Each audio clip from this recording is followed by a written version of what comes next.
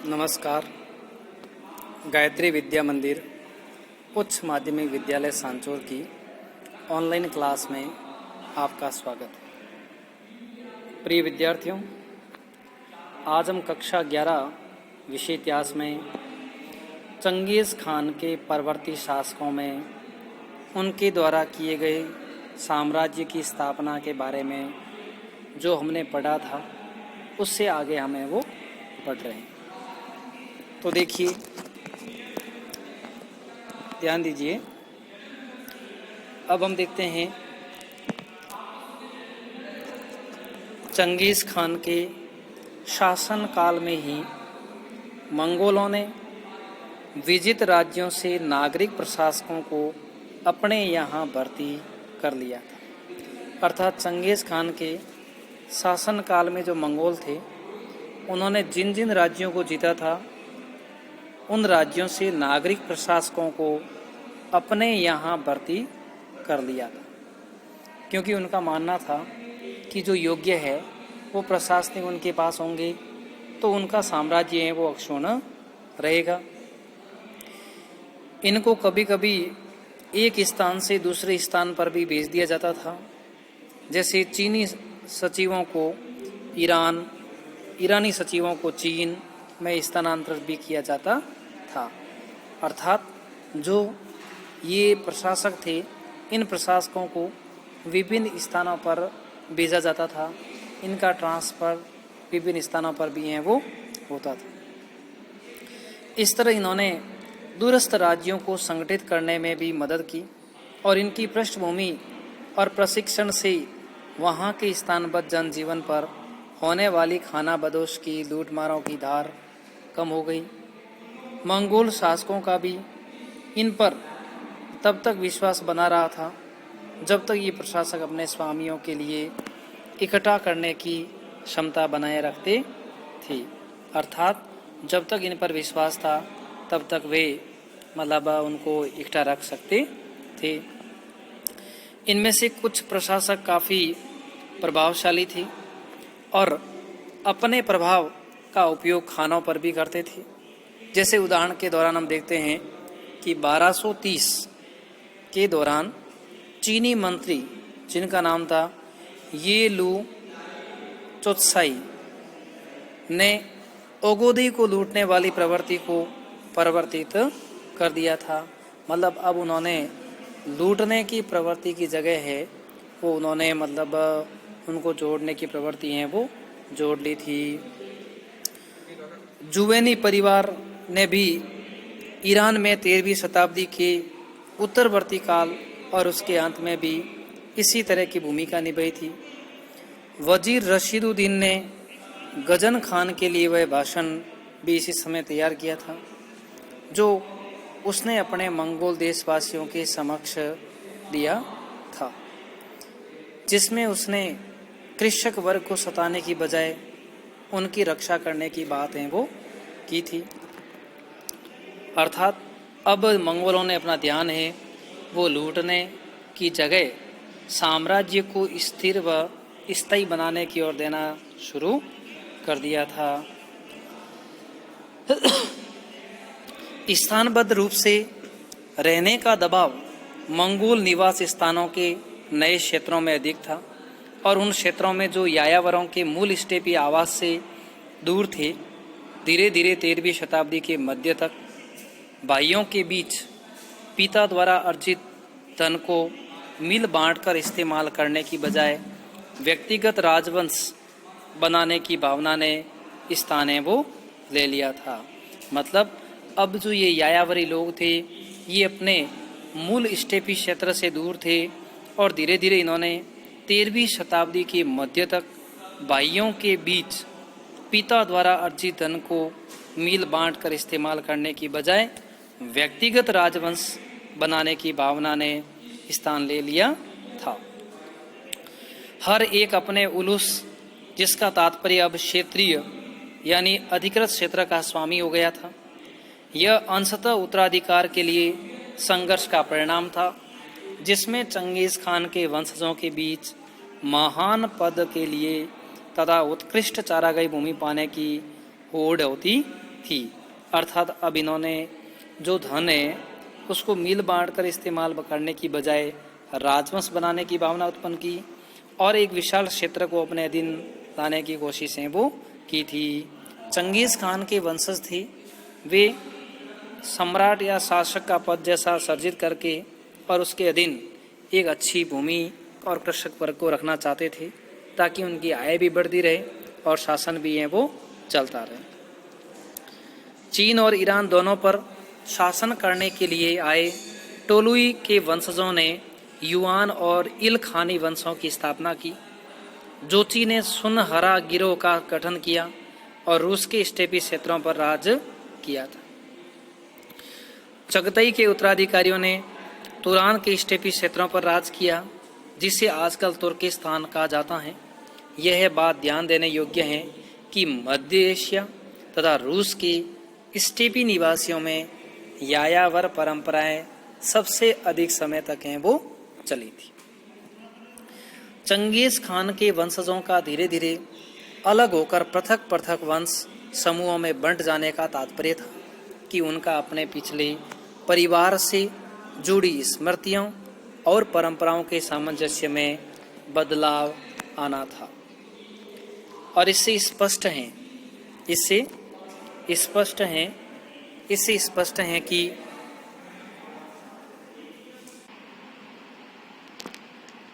तो देखिए, उत्तराधिकार के लिए संघर्ष का परिणाम था और जिसमें चंगेज खान के वंशजों के बीच महान पद के लिए तथा उत्कृष्ट चारागाही भूमि पाने के लिए होड़ होती थी। चीन और ईरान दोनों पर शासन करने के लिए आए टोलुई के वंशजों ने युआन और इलखानी वंशों की स्थापना की थी।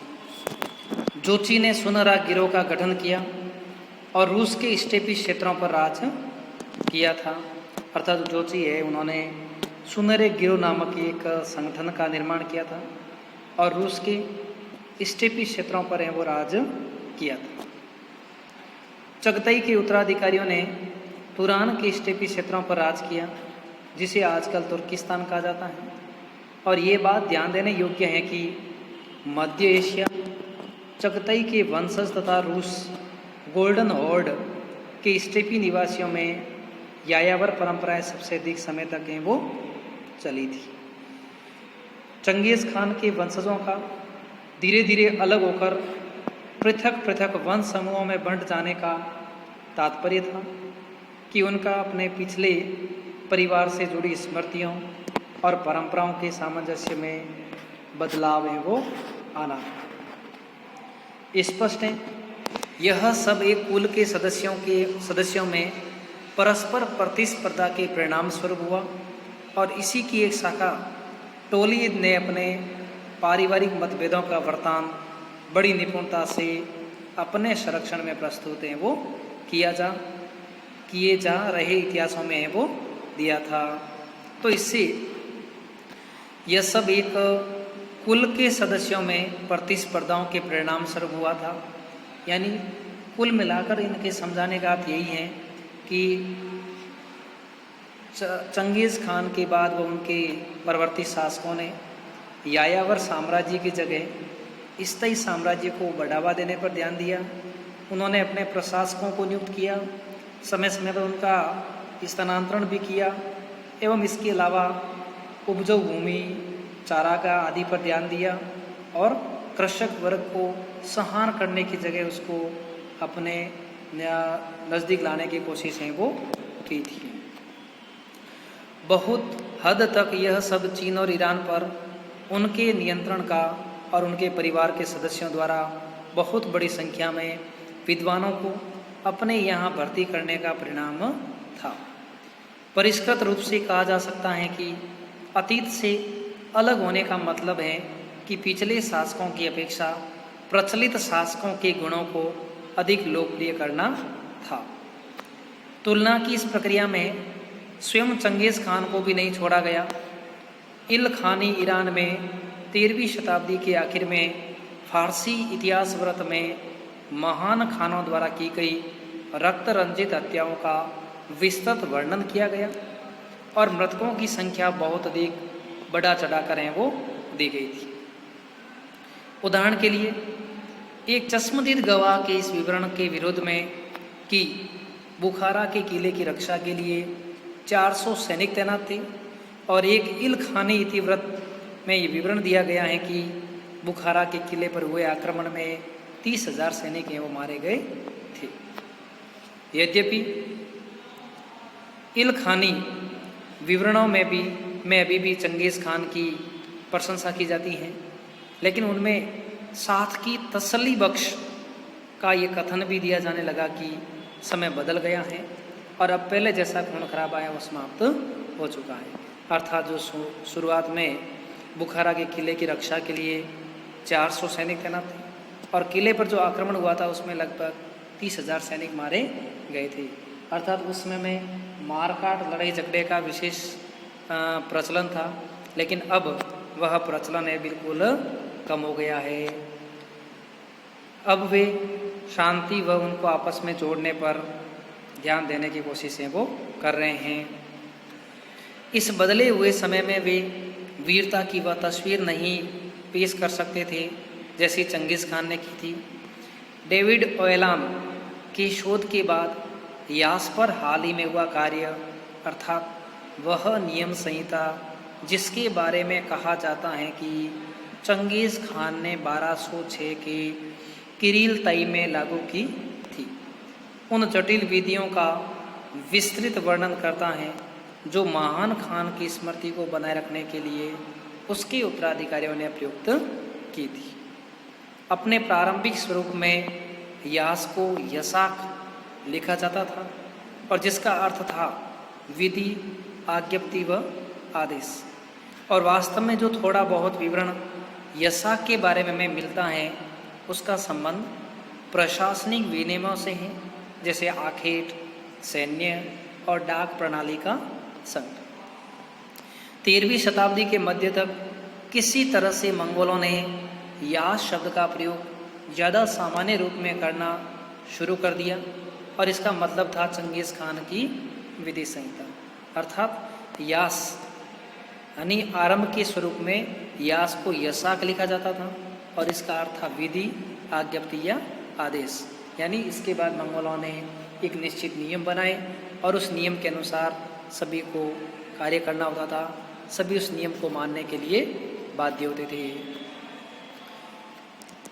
यदि हम उसी समय में घटित होने वाली अन्य घटनाओं की देखें तो शायद हमें इस शब्द के अर्थ में होने वाले परिवर्तनों को भी समझ सकते हैं, क्योंकि 13वीं शताब्दी के मध्य तक मंगोल एक एकीकृत जन समूह के रूप में उभर कर सामने आए थे और उन्होंने एक ऐसे विशाल साम्राज्य का निर्माण किया जिसे दुनिया में पहले कभी देखा नहीं था।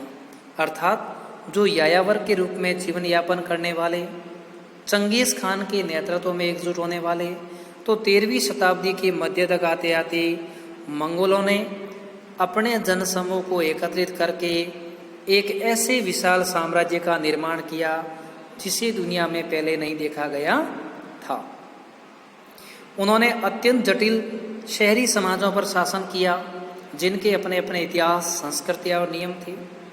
हालांकि मंगोलों का अपने साम्राज्य के क्षेत्रों पर राजनीतिक प्रभुत्व रहा, फिर भी संख्यात्मक रूप से वे अल्पसंख्यक ही थे और उनके लिए अपनी पहचान और विशिष्टता की रक्षा का एकमात्र उपाय उस पवित्र नियम के अधिकार के दावे के जरिए हो सकता था जो उन्हें अपने पूर्वजों से प्राप्त हुआ था। और इस बात की संभावना थी कि यास मंगोल जनजाति की प्रथागत परंपराओं का संकलन है। अर्थात यास यानी विधि या उनके कानून संहिता थी, किंतु उसे चंगेज़ खान की विधि संहिता कहकर मंगोलों ने भी मूसा और सुलेमान की बातें अपने एक स्मृतिकार के होने का दावा किया था। अर्थात जो ये यास यानी विधि संहिता थी ये मंगोलों की पहले से थी, लेकिन इसे चंगेज़ खान के नाम से महिमा मंडित इसलिए किया गया था क्योंकि वे चंगेज़ खान को एक महत्वपूर्ण व्यक्ति दर्शाना चाहते थे, जैसा कि मंगोलों ने भी मूसा और सुलेमान की भांति इसको दर्शाने की कोशिश की थी, जिसकी प्रामाणिक संहिता प्रजा पर लागू की जा सकती थी। और यास मंगोलों को समान अवस्था रखने वाले के आधार पर संयुक्त करने में सफल हुआ। यानी इस यास यानी विधि नियमों से मंगोलों को एकजुट करने में फ़ायदा मिला और उसने चंगेज़ खान और उनके वंशजों को मंगोलों की निकटता को स्वीकार किया। यद्यपि मंगोलों ने भी काफ़ी हद तक स्थानबद्ध जीवन प्रणाली के कुछ पहलुओं को अपना लिया था, फिर भी यास ने उनको अपनी कबीलाई पहचान बनाए रखने, अपने नियमों को उन पराजित लोगों पर लागू रखने का आत्मविश्वास है वो दिलाया। अर्थात यास का मतलब विधि संहिता, जिसके माध्यम से एक सुव्यवस्थित तरीके से नियमों के आधार पर सभी चले, ताकि एक व्यवस्थित साम्राज्य है वो दर्शाया जा सके। यास एक बहुत ही सशक्त विचारधारा थी। हो सकता है कि चंगेज़ खान ने ऐसी विधि की कोई योजना पहले से न बनाई हो, लेकिन वह निश्चित रूप से उसकी कल्पना शक्ति से प्रेरित था, जिसने विश्वव्यापी मंगोल राज्य की संरचना में अहम भूमिकाएं वो निभाई थी। अर्थात इस यास के कारण से मंगोलों का एक विस्तृत साम्राज्य वो स्थापित हुआ था। धन्यवाद।